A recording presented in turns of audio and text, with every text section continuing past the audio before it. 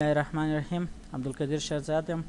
غواړم چې تاسو ته د الکترونیکي برېښنایي تذکرو آنلاین نوملیکنې ترتیب در وښیم. څنګه کولی شو موږ آنلاین نوملیکنه وکړو. نو لومړی راځو هغه کسانو ته چې موږ غواړو کمپیوټر تذکرې ترلاسه کړو او ثبت نام یې وکړو. د هغو تذکرې دا کاغذي تذکرې سکینوو، په کمپیوټر کې په فولډر کې ږدو او عکسونه یې سکین موږ سره اخلو، ځکه چې دا د آنلاین سیسټم د لارې اپلوډیږي سیسټم ته. نو دا باید زموږ سره موجود وي. کوم اسناد چې ضروري هغه باید موږ سکین کړو، دلیل زموږ سره پراته وي. د هغه وروسته راځو په کمپیوټر کې باید انټرنیټ فعاله ولرو او براوزر ولرو چې تر څو وکولی شو د انټرنیټ څخه راخلاصه کړو. نو زه خپله د ګوګل کروم څخه استفاده کوم. راځم ګوګل کروم راخلاصومه. ګوګل کروم چې مو راخلاص کړئ، موږ تاسې دلته په دغه سرچ بار کې هم کولی شو چې دا سایټ ولیکو او دلته خپله په عمومي ادرس بار کې لیکلی شو په انګلیسي لیکو NID. اول به ژبه انګلیسي ته واړوو، لیکو NID. ورې مخکې ما راخلاص کړی دلته لیکل سوي دي، که نه لیکل سوي نو NID.NSIA.gov.AF لیکو، په کیبورډ کې انټر وهو.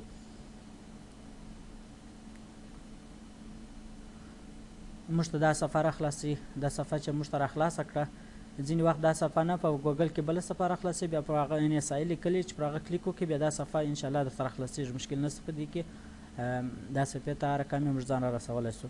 نو دلته موږ ژبه انتخابوو، په کومه ژبه غواړو فورمې ډکې کړو. پښتو ژبه، پښتو انتخابوو. داسې یو صفحه راخلاصي چې په دې کې اړینې ټکي دي چې دا موږ باید لومړی ووایو، بیا وروسته فورمو ترتیب لیکلو ته ورسو.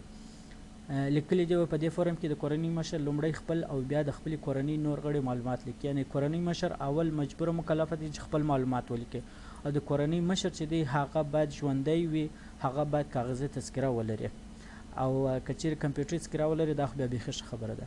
د هغه وروسته موږ که د کورنۍ مشر متأهل وي د خپلې مېرمنې او ماشومانو معلومات لیکي، او که د کورنۍ مشر مجرد وي په کور کې مثال بیا خپل د پلار، مور، ورور او خور معلومات لیکي. په کور کې ځینې وخت پلار مثال د کورنۍ مشر کیږي، که چیرې پلار نه وي موجود، وفات شوی وي، نو بیا مشر ورور، مجرد ورور یا مجرد خور یا مور هم کولی شي چې د کورنۍ مشر سي.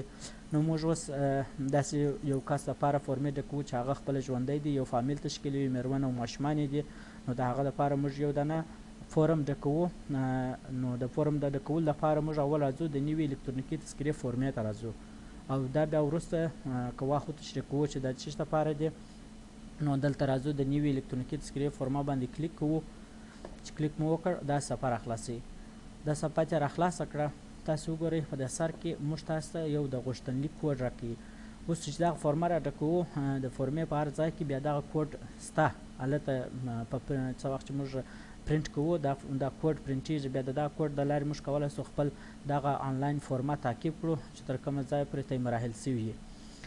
نو دلته معلومات شته. که اوس بشپړ معلومات تاسو سره نه وي او غواړئ چې وروسته خپلې فورمې ډکې کړئ، تاسو کولی شئ د کوډ یعنې د لوړ کوډ په کارولو سره خپله ثبت شوې غوښتنه بېرته ترلاسه کړو. دا په دې معنا که چیرې مثال اوس نیم معلومات ما ولیکل، نیم معلومات زما سره نشته، دا صفحه بندوم، بیا په آینده کې کوم فورمه ډکوله، نو د دې کوډ د لارې زه دغه فورمه راخلاصوم، بیا پاته معلومات لیکم.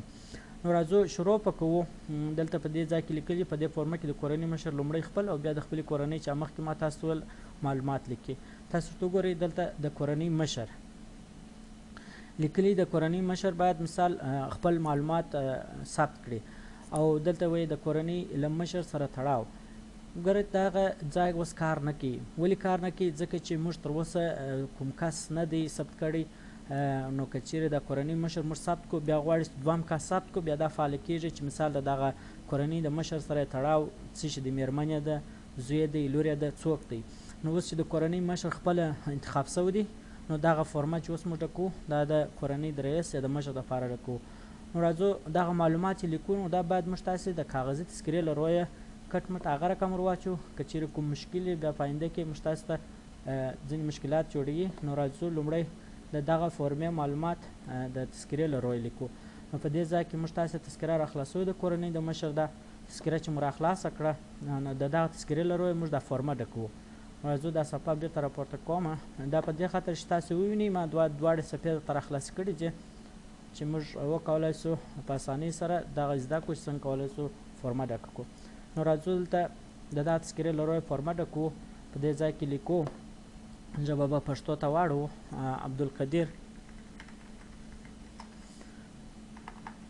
عبدالقدیر لیکو. وروسته تخلص یا کورنۍ نوم چې دی شیرزاد دی، شیرزاد لیکو. د هغه وروسته د پلار نوم چې دی، او بل تاسو ته د سرې ټکي ته پام وي چې دا ضروري او ډیر مهم دی چې دا باید ضرور او حتمي دا خانې ډکې سي. دا سرې ټکي چې لري او ټکي چې نه لري هغه به کوم مشکل نه جوړوي. راځو د پلار نوم چې دی حاجي محمد هاشم، د پلار تخلص چې دی شیرزاد.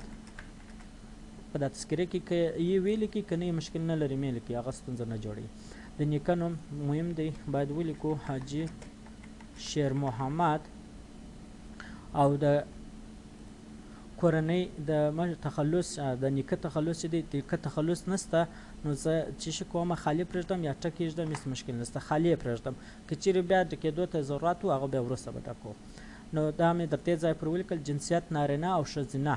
زه راځم نارینه انتخابوم، او نارینه چې مې انتخاب کړ فعلي حالت ژوندی، باید ژوندی د کورنۍ مشر، که چیرې ژوندی نه وي نو بیا هغه ژوندی کس د کورنۍ مشر کېدلی سي. نو دلته ګوره ځینې معلومات په سره کلمه لیکلي چې دا معلومات ډېر ضروري دي. مدني حالت کورنۍ مشر متأهل دی، متأهل انتخابوم. که مجرد او که دا نور شان و دا نور شان ورته انتخابوم. د هغه وروسته د زیږېدو نیټې ته راځم. د زیږېدو نیټه چې د تاسو ګورئ په دا تذکره کې معلومات لیکلي دي 14 کلن په 15 اتیا کې، چې 26 کلن په 29 کې کېږي. نو د زیږېدو ورځ میاشت که چیرې ستاسو سره کوم پاسپورټ وي، کوم سند وي، په هغه کې لیکلي چې د تذکرې سره تفاوت ونه لري، نو د هغه له روی لیکو.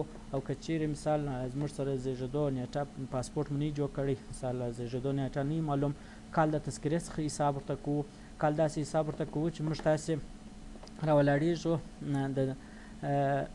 دغه عمر ته حساب کوو چې اوس 29 کې 26 و، اوس 29 دی، مثال 2 کال نور چې پر 26 واچو 28 کېږي. 28 چې موږ تاسې د 1999 څخه منفي کړو، موږ تاسو ته هغه تولد نیټه، هغه تولد کار چې دی هغه په لاس راکوي. نو موږ کولی د حساب ماشین څخه استفاده وکړو. اوس زه دلته په دې کې د اکسل څخه استفاده کوم چې دلې غواړم دغه تولد کال معلوم کړم. نو لیکم مساوي 1999 منفي 28. ماته لیکي چې 1901 د تولد تاریخ دی. نو زه دلته لیکم 1901 فیدا کوم. هغه ورځ میاشت ما تاسو ته معلومې خو لیکو که نه دلې موږ تاسو حساب ورته کوو. مثال دغه تاریخ وراچوئ، که د ځان وراچوئ هغه مشکل نه لري. که پاسپورټ یې خو د پاسپورټ له رویه دلې زه دغه تاریخ تولد ورته انتخابوم. د اتومات میلادي ته اړ د هغه وروسته راځم آیا دغه کس الکترونیکي تذکره لري که یا نه لري، دا نه چک مارک ورته صحیح کوو. که ولري بیا هو ورته صحیح کوو.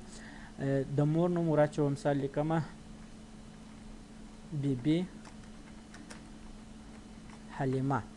او د مورنۍ ژبه مثال که چیرې پښتو وي پښتو، دلته ټولې ژبې شته. مثال زه لیکمه زما مورنۍ ژبه دري ده، دري وراچوم. که پښتو وي پښتو وراچو. نوم په انګلیسي، دا زما ستاسې نوم چې موږ مخکې ولیکي هغه نوم په انګلیسي وراچوو. نو راځو ژبه انګلیسي ته اړوو، نوم په انګلیسي لیکمه عبدالقدیر. او تخلص چې دی تخلص هم په انګلیسي وراچوم. د هغه وروسته راځو دلته هیواد د زیږېدو ځای هیواد افغانستان دی، هغه خپل انتخاب سوی دی. کوم بل ځای پیدا سوی یاست هغه ځای انتخابو. ولایت زه مثال په توګه زه په فراه کې پیدا سوی یم، نو راځم دلته فراه ولایت انتخابوم.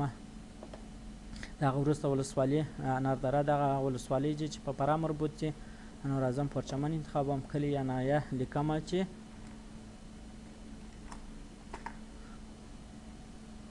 دلې ژبه پښتو ته اړوو. پای مشکان دا کلي کې مثال زه پیدا سوه. د هغه وروسته راځم عسکري خدمت مو کړی دی که مو نه دی کړی، دلته لیکمه چې نه مو دی کړی، نه انتخابوم. او زده کړې مو کړي دي، زه ورته وایم هو زده کړې مو کړي دي. زده کړې هو ته چې مارک ورکړو د زده کړې کچه راولې چې په دې کې مثال تاسې لومړني زده کړې دي 12، زه لیکم چې زه 14 پاس یم، نو 14 پاس انتخابوم. د هغه وروسته اصلي استوګنځی چې دی ولایت، مثال زه اوس فعلا او تر ډېره وخته کېږي په کندهار کې اوسېږم، راځم دلته کندهار انتخابوم. کندهار چې مو انتخاب کړئ ولسوالي یا ناحیه انتخابو. دلته ناحیې هم شته، ناحیې خو نه زه ولسوالۍ دي. مثال زه په مرکز کې که چېرې تاسو په ناحیو کې اوسېږئ اول به مرکز انتخابوئ، بیا وروسته ناحیه ورته انتخابوئ. ناحیه مثال لیکمه چې ناحیه لیکمه چې 9مه ناحیه. د هغه اوسنی استوګنځی پیله نوم افغانستان انتخابوم، دلې اوسېږم، په کندهار کې اوسېږم، کندهار ورته انتخابومه. او ولسوالي چې ده هغه مرکز انتخابو، ناحیه لیکمه چې 9مه ناحیه. د هغه وروسته اړیکې شمېرې ته راځو. د اړیکې شمېره لیکمه 0 40 42 91. او دویمه شمېره چې ده که چیرې مثال موږ ولرو دویمه شمېره مو راچوو، که نه مشکل نشته. مثال که چیرې ویې لرو دویمه شمېره مو راچوو 0 300 222 داسې شمېره وراچوو. او برېښنالیک که چیرې ولرو وراچوو، نو مثال زه برېښنالیک لرم وراچوم یې، که چیرې نه مشکل نشته.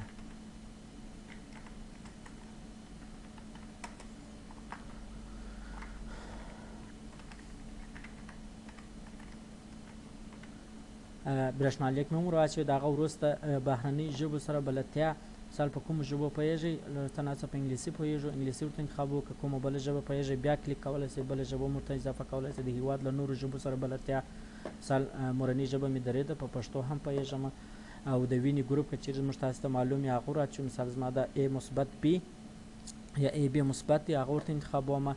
که چیرې تاسو ته وینې ګروپ نه معلوم، بیا خانه خالي پرېږدئ. ښه خبره ده چې د وینې ګروپ مو معلوم کړئ، دلې ولیکئ. آیا تاسو کوچیان یاست یا کوچي یاست؟ مثال که چیرې کوچیان یاست هو انتخاب کړئ. که چیرې هو انتخاب کړئ بیا به نورې صفحې ته راخلاصي، هغه به ورته ډکوئ. او که چیرې کوچیان نه یاست نو دا نه به ورته انتخابوئ. د هغه وروسته قومیت دی. مثال د افغانستان ټول قومونه دي چې په دې کې مثال زه خپله تاجک یم، که پښتون یاست پښتون ور واچوئ، که تاجک یاست هزاره ازبک. زه تاجک یم تاجک ور واچوم. او دین چې د اسلام دی، که چیرې په نورو دینو خدای مه کړه یاست هغه خو نو دلته زموږ تاسې په هېواد کې عیسویان هم شته، سیکان هم شته، هندوان هم شته، هغه کولی شي انتخاب کړي. موږ اسلام انتخابوو. او مذهب چې دی دوه شان دي. او بل که چیرې په بل مذهب وي څوک هغه ورته انتخابوي، سني انتخابوو. او د معلولیت ډول مثال قسمي کلي معنا لږ معیوبه دی، ګرځ طریقې نه دی معیوبه، که ډېر معیوبه دی. زه ورته لیکم چې هېڅ معیوبه نه دی. او کار یا دنده مثال کومه وظیفه چې لري هغه ورته انتخابوو. زه لیکمه چې کار یا دنده شغل آزاد ورته لیکمه. ژبه بیا پښتو ته واړوو. او دویم تابعیت لري که نه، دویم تابعیت د بل هېواد دا نه لرو، نه لیکم. او د رای ورکولو ځای چې دی که چیرې در معلومې ولیکي، که نه مشکل نه، زه لیکمه چې کندهار. او د اوسنۍ تذکرې معلومات چې دی